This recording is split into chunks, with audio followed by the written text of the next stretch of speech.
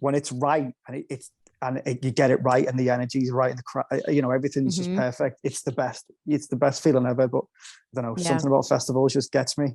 Yeah, I totally agree with you. Hey there, welcome to Rave Culture Cast, your weekly guide to the EDM community, music festivals, and more. Hosted by me, Emma Capotis. Each week, I'll be covering everything from dance music culture, industry news, trending topics, and festival tips, advice, and reviews. You can also expect to hear stories from ravers, artists, business owners, and more. Tune in every Wednesday for your weekly dose of peace, love, unity, and respect.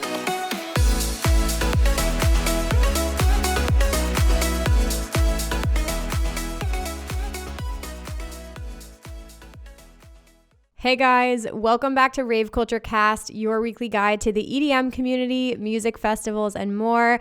I'm your host, Emma Capotis. Happy Wednesday, fam. I'm still in hoodie season, baby. Back-to-back weeks, guys. We are fucking cozy right now. Oh my gosh. How are you guys? Hello. Thank you for being here. If you're new here, welcome to the podcast. I'm so excited to have you as a part of the family. This week, I'm actually pre-recording a couple episodes. I'm away for my honeymoon. What is up? So hopefully I'm having an amazing time on the beach right now. But yeah, guys, I'm so excited to bring you today's episode. I mentioned a couple weeks back that I kind of like went on a string of artist interviews. So I have some really cool artists coming on the podcast sharing their stories. So I hope you guys are enjoying these episodes. What else is going on? I'm kind of like getting prepared as well for Ultra Miami. I don't know if any of you guys are going. I hope to see you there, but I will be making it back. We're going back. It's been 5 years since I've been back, and I really can't wait to see what they do with it. Since they've had 2 years off, they've had some time to think and regroup. So I'm getting pumped for that. I'm starting to plan outfits, hopefully at this point, we haven't really had that many Miami Music Week announcements yet, but hopefully we start to get like some of the party announcements. Elrow is going to be happening there though. On Saturday, I will for fucking sure be at Elrow. You guys cannot miss that for Miami Music Week. Are you kidding me? It's going to be insane. So more to come on Ultra Miami. I'm thinking of doing a full-blown like festival guide as a full episode coming up soon to answer any questions you may have. So stay tuned for that. But before we go any further, you guys, I want to do a quick shout out to one of our partners, Rolita Couture, who is easily one of my favorite ravewear brands.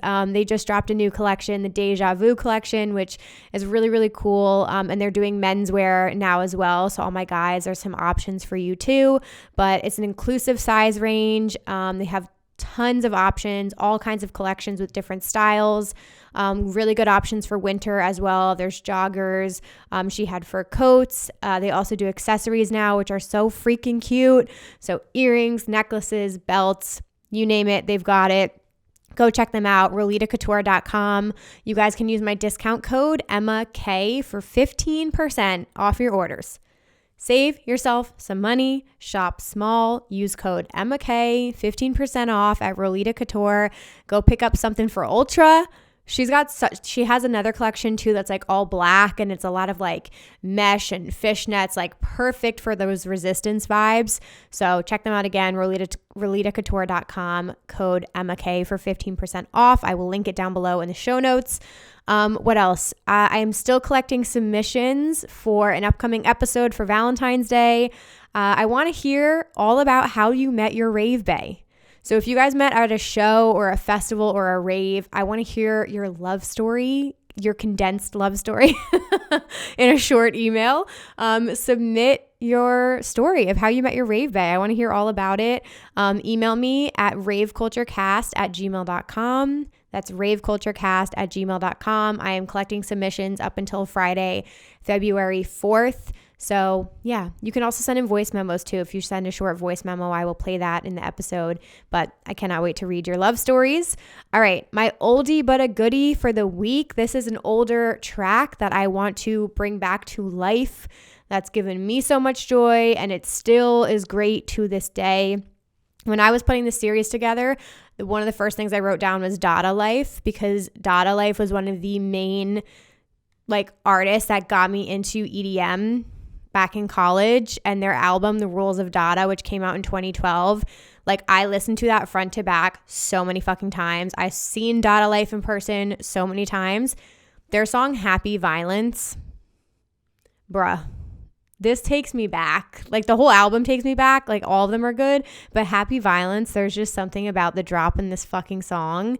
If you guys don't remember this, you're about to get educated once again, but here we go. This is Dada Life's track Happy Violence from 2012.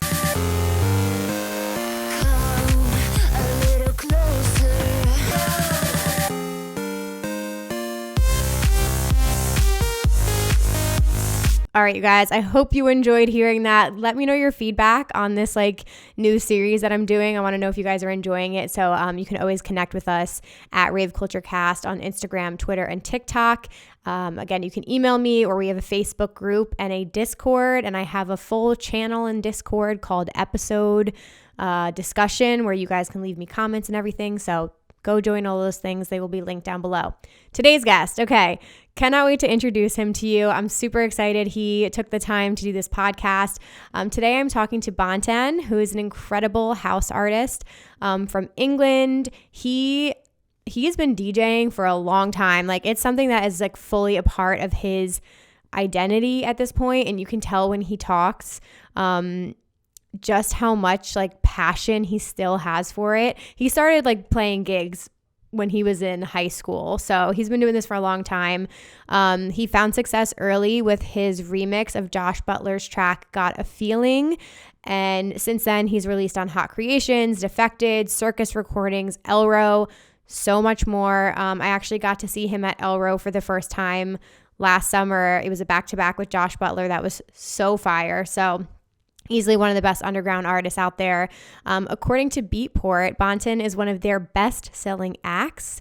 His EP, The First Time, went on to receive over 300 radio plays worldwide, and then it was streamed over 500,000 times, as both tracks from the EP reached number 3 and number 8 in the Beatport's main chart. And then his EP, The First Time, would go on to become Hot Creations' biggest selling record of that year, making him the highest selling artist on Beatport across all genres, which is fucking insane. So he's absolutely killing it. If you don't know about him, now you know. Cannot wait for him to share his story with you guys today. So please join me in welcoming Bontan to the podcast. We'll get started with you first. I would love to know like how this whole past year was for you. Like, how did 2021 go? What were some highlights? It's weird because we were all locked down until like, I don't know, summer. And then I went from like nothing to, I was like one of the first to go to America from the UK. I got my all my stuff approved, like one of the first ones. So I was straight out in August from the UK, and I did like, I think it must have been 12 shows around America in August. Oh my gosh. So going from like nothing to just full on bang bang so much, it was kind of mental, but right. that's why we do it. It's fun, you know. Yeah. So that was a lot of fun. We were there for like a month, and I got home and I was like, whoa, I need to sleep for 3 weeks. Oh my gosh. But I did miss it a lot, you know, being at home I mean, everyone must have sat at home for 18 months and then getting straight back into it in the deep end. Yeah, it was a lot of fun. And then it was mainly America I was going backwards and forwards to. And then I came home, did like the month, and then came home and then went back to Palm Springs for Splash House, and then some Vegas stuff, literally like 6 days later. Yeah. Which was mental. Splash House is just crazy. Insane. Oh my gosh. I've never been before. Oh, it's insane. It's the hottest place on earth, possibly. But it's a lot of fun. Jesus. Are you more of a summer person or winter person? I always say winter, but then when I'm playing like a festival and it's midsummer, it's the best. It is the best feeling ever. Fair enough. Yeah. I mean, it's hard not to be a winter person if you live in England. So. Right. I know. It's like so like idyllic, especially this time of year. I can only imagine. But yeah. Oh my God. So you've been nonstop the last 6 months, pretty much. Yeah. Pretty much. And then we sort of like all the UK stuff opened back up again. So when I got home from America, it was like full on in the UK. Wow. And yeah, still going. So I probably got, you know, three weeks off probably between January and February. And then it's the full month in America and then full month in Australia back to back. Wow. Okay. How are things in the UK now? Do you feel like Is the energy at all different, or the show is different than before? I wouldn't. It's kind of, yeah, because there's so much. It kind of everyone just opened up at once, and we're trying to get people to go to everything at once. Right. So it's sort of, there's less. I'd say less shows, because initially everyone was like, right, we're all going to throw parties, and then everyone realized there's not that many people to go around. So Sure. a lot of parties tapered off, and then it's just sort of finding its feet again now, I'd say. I think 2022 is probably when it'll go back to sort of some normality, rather than kind of panic mode. Like, we need to just throw as many parties at once and go out all the time, because people are just going to get burnt out, and there'll be no clubs to go to. I think we're feeling that now. Yeah. Yeah, exactly. It's been a lot. It's like a show every single weekend, but we missed it so much that, like, us hardcore people, we were just like, okay, great, buy all the tickets. We need to do everything. 6 days a week. Yeah, no, it's ridiculous. I think I'm doing I had Elrow I did a show the other weekend, did Elrow. I did 4 festivals like back to back this fall, and I'm just like, absolutely not. I'm burned out. You'll be out next week. Fun. Yeah, pretty much. Yeah. And then you got New Year's. I mean, like, it's literally nonstop. But I'm glad. I'm glad you're playing again. Have you got party in New Year's? I usually take New Year's off. I try to stay around home, but in New York, they do a lot of shows like that whole week. So I'm probably seeing Above and Beyond and Duke Dumont are here. Nice. So we'll see. Cool. Yeah, that'll be fun. There's a plenty to choose from, but yeah, you said you're going to be playing for around Christmas time, right? Yeah, so probably Dubai, I think. I mean, a lot of stuff has been moved. I've got my party on Friday in Manchester, and then Dubai next week, and then I don't think I'm playing New Year's. I was meant to be playing somewhere, and then it got moved. There's lots of movements at the minute. So many cancellations, and then I'm must have been 5 shows this month being moved to 2020, early, like January and February. So it's just so much changing at the minute, and reschedules and backwards and forwards. But kind of just take everything with a pinch of salt, and then I'm not confident until it's on the day. You know? I feel like it makes us all flexible, right? Because just things are happening left and right. I think they had you just never know if somebody's going to get sick, or if their visa is not going to go through, or something like that. So you just got to roll with the punches. Yeah, just take it as it is, and then hopefully next year everyone finds their feet a little bit. Yeah, cool. Oh my gosh. Well, I want to kind of go back a little bit just to get your story out here. Can you tell us a little bit, when you were like growing up, were you musical as a kid, or is there anybody in your family that was in the music industry? Yeah, so I kind of just started playing piano when I was 4, and then just was addicted to just playing instruments. I was kind of just one of those that's learn an instrument, play it, and then drop it, and then learn something new. So it was like I was doing violin and drums and saxophone and piano. So like I stuck with piano for 29 years so far. Wow. I kind of got rid of violin just because I saw it at the time. I thought it wasn't cool, so I did that. I knew you were going to say that. Yeah. Yeah. I mean, I was a kid, and I felt like I was forced to play violin, and plus I got. In my school, if like you picked up an instrument, you got to get out of classes to go and play it. So I did like 7 instruments, so I didn't have to go to actual school. Yeah. And then when I got to high school, I sort of just carried on with piano. But yeah, just a lot of music around the house from family and stuff, and just a natural, just basic instinct from myself to just want to learn how it all works. Not necessarily just house music, just music in general, how to build a song, how to build a record from scratch, you know? Right. That makes sense. Do you have siblings? Yeah, one. Yeah, one. He's not really interested. I mean, he's been to a couple of shows. Like he came to Parklife, and he'd never been to one of my gigs before. Really? And I played Parklife Festival in Manchester, and he came, and there was like 20,000 people, and he was just like, jeez. So this is what you do. I get it now. Yeah. Yeah, and it was just mental. And he'd never been to. I said, you pick the best gig to come to. Right. Does he listen to dance music, or is he into other stuff? He started to a little bit now, because when you go to an event and it's just going off and it's just amazing, I think it's hard not to sort of like want to go home and I wonder what that record was, or what was that track that he played. If you see a certain reaction on dance floor, you want to go and listen to that record again.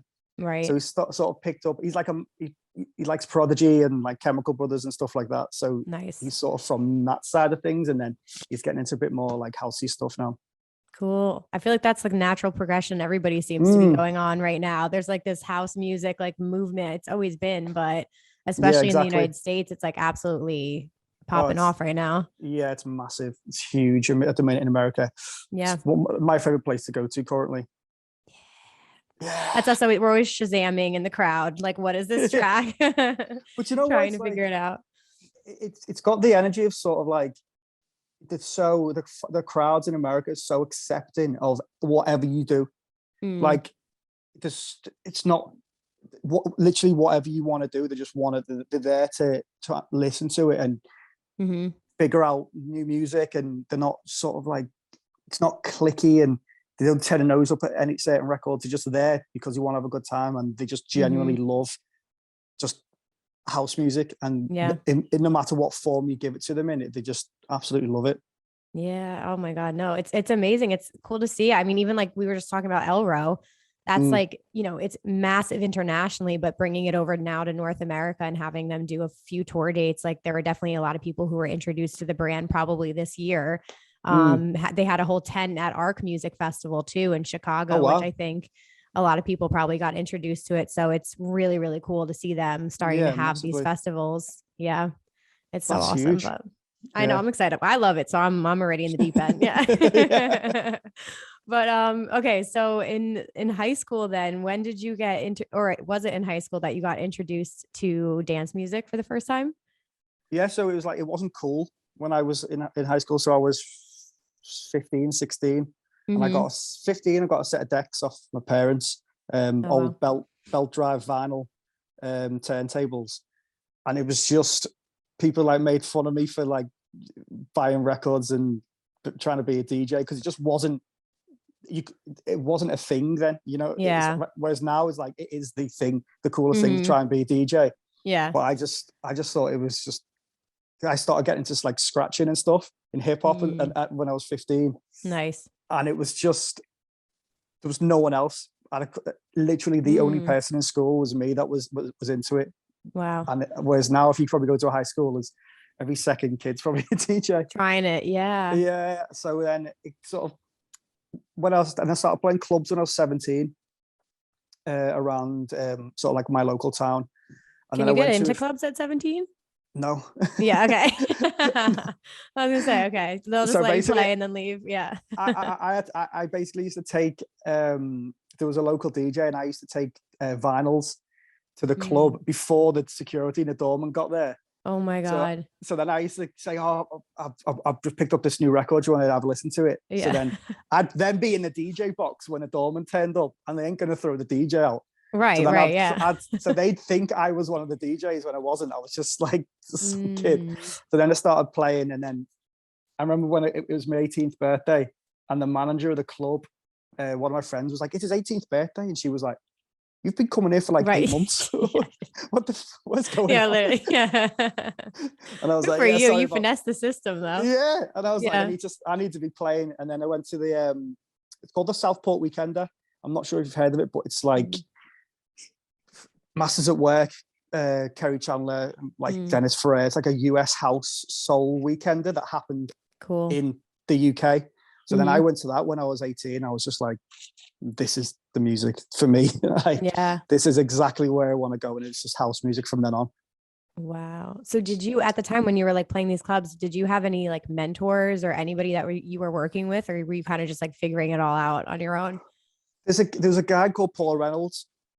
He's a resident at High and Ushuaia in Ibiza. But 10 years prior to that, he sort of taught me how to DJ. Wow. And just sort of like guided me through like old house music because he was sort of like playing old stuff to me, going, "No, you need to listen to this before you listen to this." And then so like sort of tutored me a little bit and taught me like the roots of house music. And he's smashing it now in Ibiza, so he's doing really well. But he sort of like, and he gave me my first gig, and then his residency got passed down to me when he moved to Ibiza. So yeah, I'd probably say he was the man. It's like full circle moment. Oh my God, that gives me chills. That's so cool. So you were house music from the get-go. You were like, this is what I'm making. Yeah. 17, 18. I was like, this is me now. It's like locked in. And what year was that around? Do you remember? I'm older than I look, so let me just figure it out. So you're 29 now, you said, right? I'm 34 next week. 34. Well, Okay, I'm 30, so. Yeah. So Christmas Oh, Eve, so I'm cool. 34. Oh, that's awesome. Yeah. Cool. So this So is it was a long probably time like ago. 2010s. Yeah. Right. Yeah. Yeah. 2000. Gotcha. My first Ibiza trip was 2007. So that was probably Cool. when I went to Space Opening, my first ever like big club. And it was just Wow. like mind blowing. I can't even imagine. Yeah. Yeah. Oh, wow. That's so cool. So when you looking back on like those first few releases and tracks that you did, like what was your approach to them and what do you think about them now if you hear them? I still like them. I mean, Yeah. it was let's say what, 8 years ago now, 9 years ago, one of my first records came out. A lot of people will probably look back and be like, oh no, I can't turn it off, but like Right. I like listening back to old stuff because it reminds me of them touring. So like it reminds me of playing my first ever gigs in like 2013 in like Glasgow, and then my Right. first ever international booking in Germany.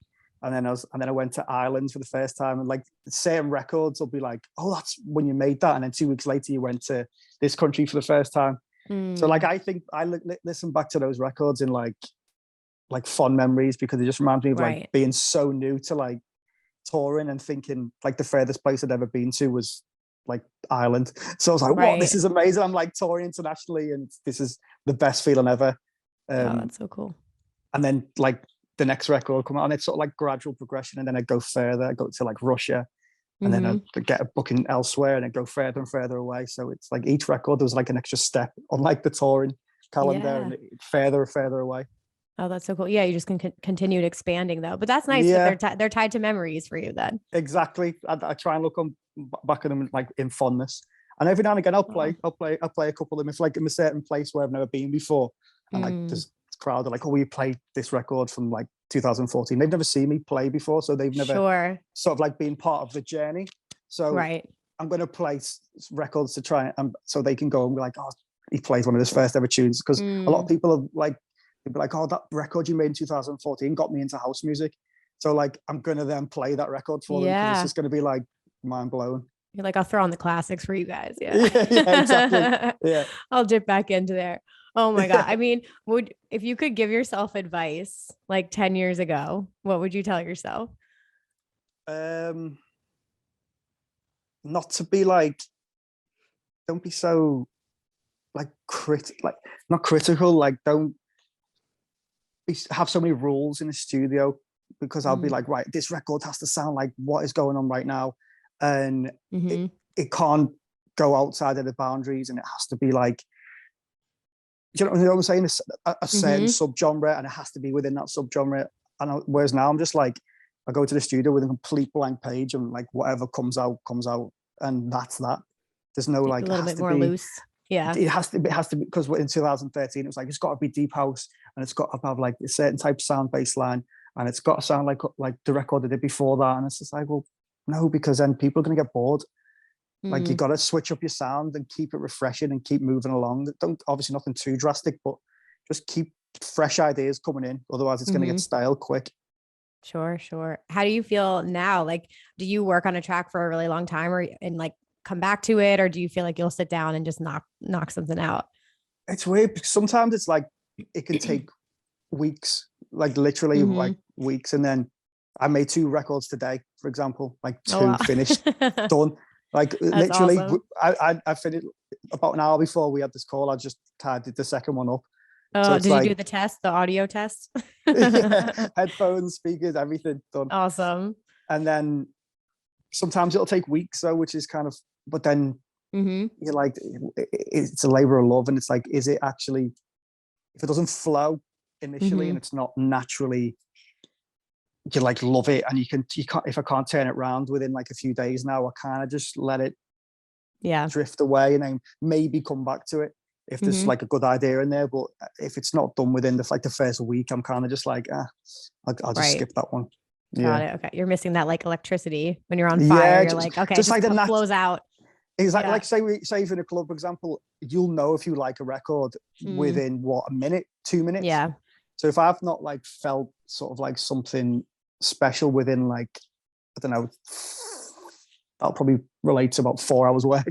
Mm-hmm. Maybe I'm just like, well, maybe this isn't the one. Maybe, Right. skip this one and start something fresh. I need to like feel it straight away. Cool. Oh, I love that. I can't wait to hear what you're working on now. I'll send I'm sure you got a over. lot. Yay. Oh my God. Well, so for you, like when was that moment, if there was a moment that you realized like, okay, I'm playing these gigs? Was it a slow progression for you, or was there a moment that like kind of clicked, like, okay, this is it. I want to do this full time, 100% as a career? I always, like, from the age of like 8, like when I first started DJing, Mm-hmm. I went from that 1 gig a week when I was 17, and when I was 18, I was DJing 6 times a week, like in my local town. Yeah. Till, because it was just, there was always clubs open on a Tuesday, Wednesday, Thursday, and I'd have what was it? I'd have Tuesday off. I'd play every single day, and then Tuesday was my day off. So it kind of was full. It was full time, and it was. It's just. It's always been my job. I've never really had a normal job. DJing's just sort of been my full time career since 17. And when I started like touring outside of my town, I was like, oh my God, I get paid to go other places. Like, this is my life. Yeah. what is going, even if it was just like to Liverpool or to Manchester or to London, I was like, this is insane. I'm getting paid to go to another city to play.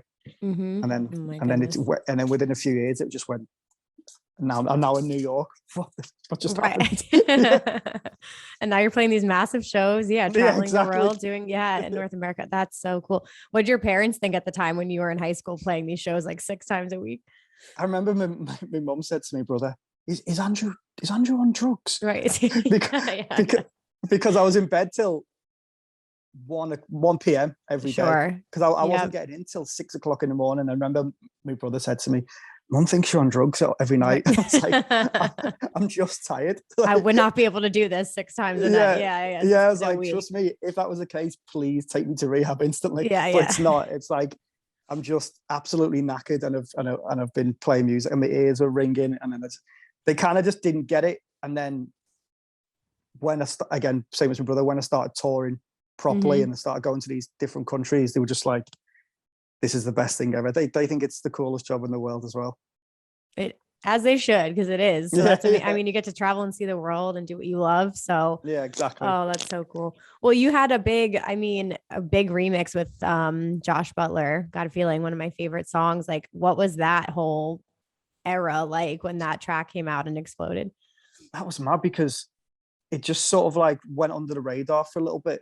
And then all of a sudden it was like, right, so it's in Deep House top 50 on Beatport. And I was like, oh, sick.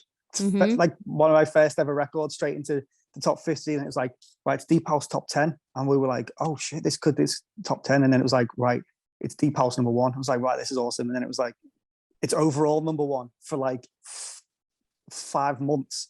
And then it was like the second highest selling record on Beatport ever. Jeez. And then we were just like, what is going on? And that was literally my second ever record that I put out. And then after that, it was just, because that record was just everywhere. Absolutely. You couldn't, it was in every gig, every country. And then it was just bonkers what you're seeing, because that was, for me, it just went from 0 to 100 to so like no gigs to twice a week, and then people are singing that record back to you while you're playing it. You're just like, I made this in my mum and dad's like attic. Right. What's going on? Yeah. So it was just wild. That whole sort of like year after that record came out was just bonkers. Oh my God. And it just continues to slap now all the time. People still discovering it now. You know what? I hadn't played it in like a year. And then in August, when we played Miami, there was these guys at the front, they kept shouting, Got a Feeling. So we played it. And then it was the biggest record of the night. Yeah. And it's like, it's 8 years old. And Josh was like, he was like, I've not played it so long. And I was like, I've never, not either. And he's like, I'm going to have to start playing it again. Yeah. That's so cool. Oh, I'm glad you humored them. I'm sure you get that all the time. People just shouting. You know what? It still sounds kind of fresh though. So if people want to hear, I'm going to play it, because I still like that record. It's a record that I like listening to. I'm not bored of it just yet. Oh my God. What's it like working with Josh? Because you guys have collaborated a couple times. And like I said, my first time seeing you was your back to back at Elrow over the summer in New York. So I knew Josh before music. So Mm. we had like mutual friends. One of my friends was in uni with him. He lived in his halls. And I remember just going to Leeds and just hanging out and just drinking beers. And then he was like, "Oh, I'm trying to start I'm producing music." And I was like, "Oh, me too." So then he was like, "Oh, we should send music back to each other." And we just hung out. We didn't send Yeah. music to each other for years. And then a few years after that, he's like, "I've got this record, Got a Feeling. Do you want to do a remix for it?" And I was just like, "Yeah, cool." I'm starting like, putting records out under Bontan. I was like, I've got like a few releases in the end of the year. And he's like, "Well, why don't you do this remix?" And then we'll put that out as one of your first tracks. I was like, sweet. And then that's how it all happened. And then, yeah, because we speak every day still, like literally. And most of the time it's not about music. We just talk shit to each other all the time. But yeah, we're still working on music together. We've got more stuff coming out together next year. And I think we always will. Right. No matter, because, he was in New Zealand for a lot of last year. And we made Set Your Soul on Fire just online together. And we're just going to keep making music together and just put stuff out every now and again. I think it works. It's fun making music with your friends as well. It's like, because it's just a laugh, isn't it? Same as when I do stuff with Melee. It was like he lives just down the road to me, so I'll just like I'm seeing him. What day is it? Is it Tuesday, Monday? I don't know Monday, yeah. I'm seeing him at the weekend. We're just gonna make some tunes and then go out for a few beers together. But it's just like, it's not really work. It's just when you're in the flow and you just throw some ideas around and good energy. Yeah, exactly. The energy is good. Good. Oh yeah, we love it. So definitely keep it coming. I mean, we've talked about a lot of shows and traveling and you're playing a bunch of different things, but do you at this point have a preference on like intimate shows versus festivals, or do you have any favorite places to play? I just love outdoor. If it's the right setting, I just love outdoor stuff. And that's why I like going to America so much, because there is a lot of outdoor stuff. There's always nice weather somewhere in America throughout the year. Right. So and there's always like outdoor stuff going on. I mean, obviously clubs are clubs, and it's just the energy. If you get it right in like a sweaty basement to 300 people, it can be the best thing in the world. But seeing like 5,000 people just going bananas to a record, it's just like, I mean, yourself, you probably think this. How do you feel? Is it clubs or festivals for you? I'm both. I know, I get torn. There's an energy at festivals because it's like everybody there is just there to have fun for 2 or 3 full days. And I love the whole, I mean, in America, like the whole dressing up and it's like a whole thing, but then there's something really, really, like intimate about a club and it goes later in the night. So I think it depends on the artist and maybe the show itself, but they both, I need them both. Yeah. Exactly. I'm the same. It's married to each other. Yeah. But it's with a club and you've got the crowd's just got to be right, and it's just if there's any bad energy in like a club, it's just I don't know. I think you can sort of hide that at a festival. Sure. And there's that many people there. A small pocket of people, ain't going to spoil it. Whereas in a club, I think when it's right and you get it right and the energy is right and the crowd, everything's just perfect. It's the best. It's the best feeling ever. But I don't know, something about festivals just gets me. Yeah, I totally agree with you. If somebody listening right now hasn't been like to the UK yet, what are some venues you highly, highly recommend they check out? I mean, I do my party at a place in Manchester called Joshua Brooks. It's so sick. It's like the DJ box is like in the middle of the room, and you can walk around it, and like Capriati just showed up the other week and just played for like 4 hours. And like just everyone just turns up, and it's just it's the sound system is one of the best you're gonna hear. It's like 400 capacity, the lights, it's just everything spot on. And like for me, that's like the type, if I'm gonna do parties and clubs, it's like the sound, everything's got to be right, especially sound, because you can't hide in a club, and if the sound's bad, it's just, you can really tell. So Joshua Brooks in Manchester, that's one of my favorites. Invisible Wind Factory, Kitchen Street in Liverpool. That's where Melee does Club Bad. that's the same capacity. It's just wild. It just gets absolutely loose in there. I'm going to go, and he's doing a party on Saturday. I'm going to go there. Nice. So yeah, honestly, the north, like if you can go to the north, it's like so many Liverpool, Manchester, Leeds. There's so much good stuff there. Like Night Tales in London. That's sick. Okay. We're gonna have to list these out for everybody. Yeah, there's just so many gems. If people get to go over to the UK, just go to one of the major cities. You won't be far from a party. Oh, I'm excited. I keep getting on, I don't know if I've just liked a bunch of TikToks from like the UK rave scene, but now like my whole For You page is all like British ravers. And I love it because the culture is like a little, it's a little different than it is here, but I just love like, that's honestly, I know it's TikTok, but that's how I get exposed to a lot of like music and shows and things like that. Now, like have you been to the UK? I've been, but when I was like 15, I've never done any shows there. I know. Ashamed. Yeah.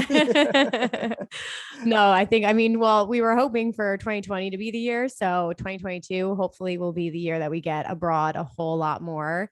But that's kind of like one of the cool things about my job is I get to speak to people and hopefully expose you to a North American audience and vice versa, because I think there are so many people who get a little stuck in the scene here because it's still big and there's plenty of festivals to discover here, but I think people can get stuck and then, they're not exposed to all these other incredible international events as well. Yeah. So, there is a lot going on, especially like you just said, Europe and stuff. There is a lot going on outside outside of America. And I know it is a long way to go and listen to some music, but it's totally worth it. Definitely. If I wasn't doing it as a job, I'd be doing it as a fan.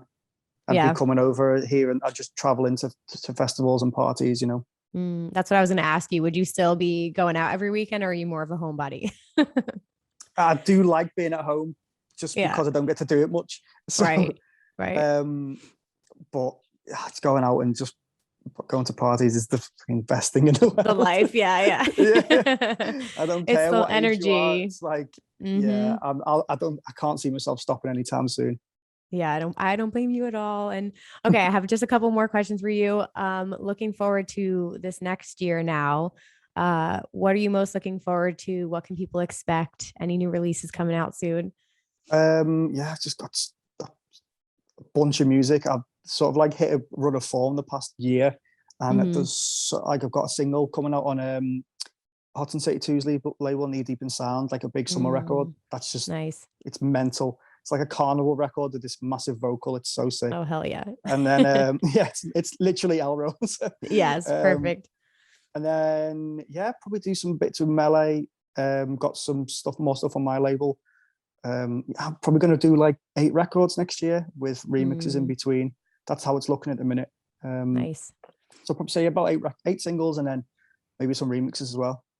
Amazing. And I mean, you had a huge record, which I'm still in love with, Big Khalifa. Like, what was the response like to that? Because I was everywhere. That's the first time I played it was in Elrow in New York. Yeah.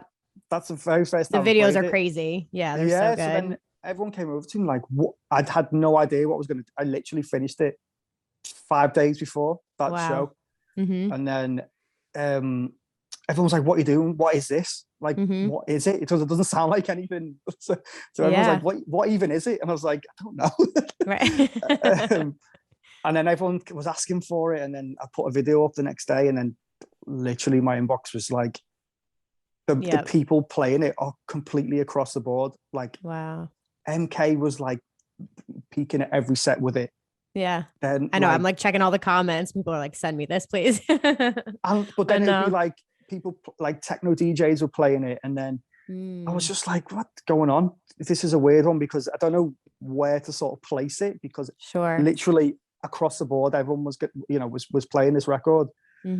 So I was like, I'm not really sure what to do with it. And then I spoke to Josh and Chrissy and Melee, and they were just like, because they're the 2 people I always ask about records and stuff. Like, what do you think about this? And they were like, just get it out now. Just put it out on your own label.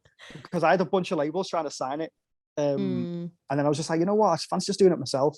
Put it out on my label and going at it myself. And then it's still getting hammered now.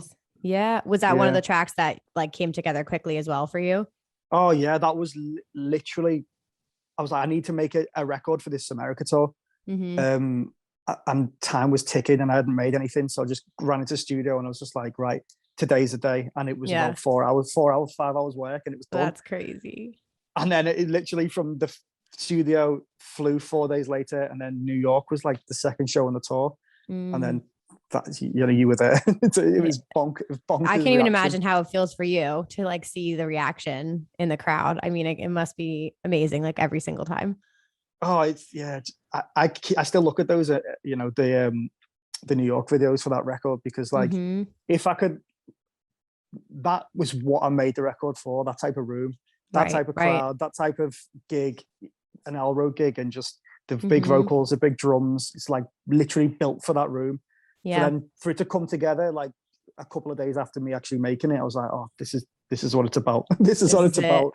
Yeah. Oh yeah. Oh no, it's so exciting. And yeah, no, I'm so glad I got to see you there. And I think a lot of people too. I mean, that was my first ever Elrow experience too. And it like, I just looked at MJ. I was like, I get it. I'm sold. I understand now why this is such a big deal. But the whole thing, I mean, the confetti, the music, like performers, like it all just comes together. And the Brooklyn Mirage is, I'm biased because I'm local, but it's my favorite venue. So it's same. Honestly, it's so cool. It's so good. I played Paradise there. I've done Elrow twice. And it's just the best. That venue is just so good. It just every time my agent's putting together the tour at each America tour, I'm like, it's got to be New York, it's got to be in Brooklyn, and you know what that means. Yes, exactly. It's just that makes you look forward to summer, because they opened July 1st was the first show back during the summer. And it just was like the most incredible feeling, and then they were nonstop basically since then. So it's so much fun. Is it always in July where it opens? Normally, no, it would normally open by like Memorial Day weekend in May, if not like a little bit before May. And then it shuts down in October. Okay. And now everything's avant-garde inside pretty much. But I look forward to the summer specifically for that venue pretty much. Yeah. I can't wait to get over. Yeah, no, you got to come back. But all right, lastly, I have a quick speed round for you.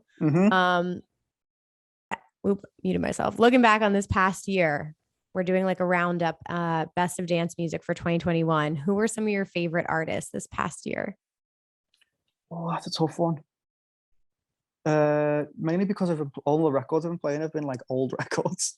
I'm going to be biased and say Melee. It's like, I know he's like one of my best friends, but like he's had like such a sick year, and he's got like a record coming out with Diplo, and like he's done so much good stuff over the past sort of 6 months. He's like definitely leveled up. Oh, damn, that's a real tough one. Yeah. It's funny because like I never look at questions like in emails and stuff. I always try and go in like skim, yeah.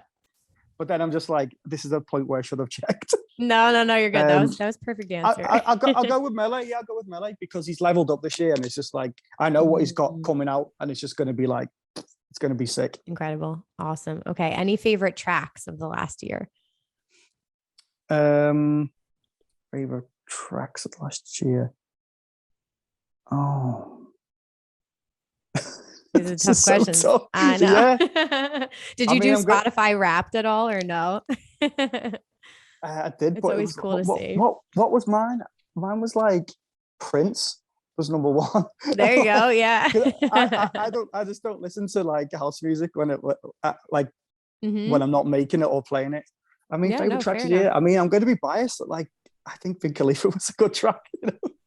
I'm going to go with my own track. Yeah. Self-promotion.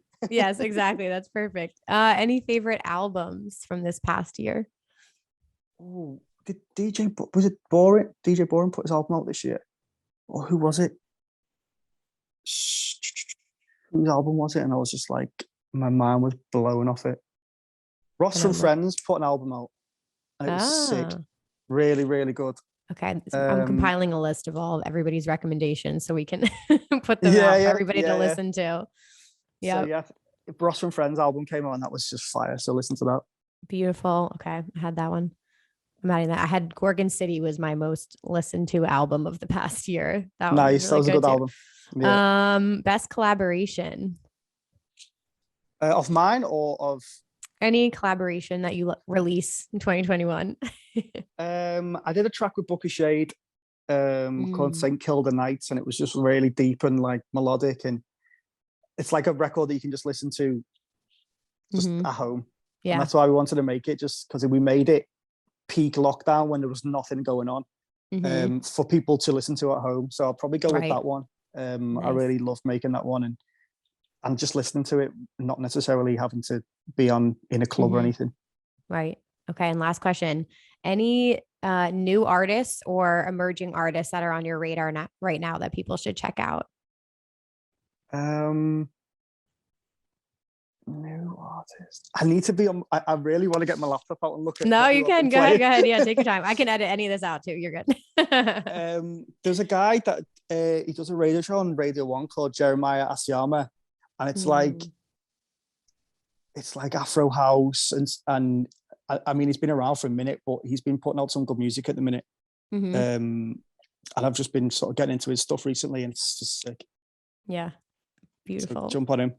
That was it. You did it. You survived everything. Thank you so much for your time today. It was so nice meeting with you. And I seriously can't wait to get out to another one of your shows. And yeah, we're going to show all the love and support, guys. Go give him a follow, stream his music, all of the things. Yeah. Any final messages you want to share with everybody? Yeah. I'm going to be in North America pretty much for the entire month of March. In every major city, and there's a few festivals. I can't announce yet, but there's some big ones that I'm playing. Yeah, I can't wait. It's going to be sick. Awesome. Thank you so much for your time, Bontan. Hang tight, everybody else. I'll be back in just a minute with some EDM news. Alrighty, you guys, I hope you enjoyed that conversation with Bontan. I am so happy that he was able to come on the podcast. He's such a cool dude, and it was really, really cool hearing his background and how long he's been doing it. Again, like I'm so excited that I get introduced to these artists and get to share them with you, because when when he first came onto my radar last summer, it was through my work with Gray Area, because we did an interview with him on our Artist Spotlight series. And then I was lucky enough to see him play a back-to-back at Elrow. And it just like introduced me to this whole other like side of house music, and he's got a really, really cool sound, and it's so much fun. So definitely go show him some love and support. He is at Bontan Beats on Instagram. Stream him on Spotify. Do all of the things, you guys. Say hello. Tell him Rave Culture Cast sent you. But yeah, so excited we could have him on today's podcast. This week, you guys, I'm skipping the news segment because I'm pre-recording. So I had so much news in last week's episode. So I do not have any news for you, but just a couple quick things. Obviously, my merch line, which I'm wearing today, I'm wearing my Underground hoodie, if you guys can see it on YouTube. I'll pop up some photos here too. But yeah, it's hoodie season. Grab yourself a hoodie. I've got so many different items. I've got the Tech House hoodie, the entire Plur line, all kinds of things you guys can shop. We have unisex items, accessories, hats, mugs, all of it. So there's always a link down below if you want to support the Rave Culture Cast merch line. And again, if you enjoy these episodes, it would mean the world to me if you could rate and review. Spotify now lets you rate podcasts, which is awesome. And if you have like 30 seconds out of your day, I'm talking to you. If you have 30 seconds, please write a review on Apple Podcasts. It means the world to me. And make this your Instagram stories and tag at raveculturecast. With all that being said, you guys, I hope you have an incredible week. Go listen to some new music. Check out Dada Life. Do all the things. And I will see you next Wednesday with a new episode. Bye, guys.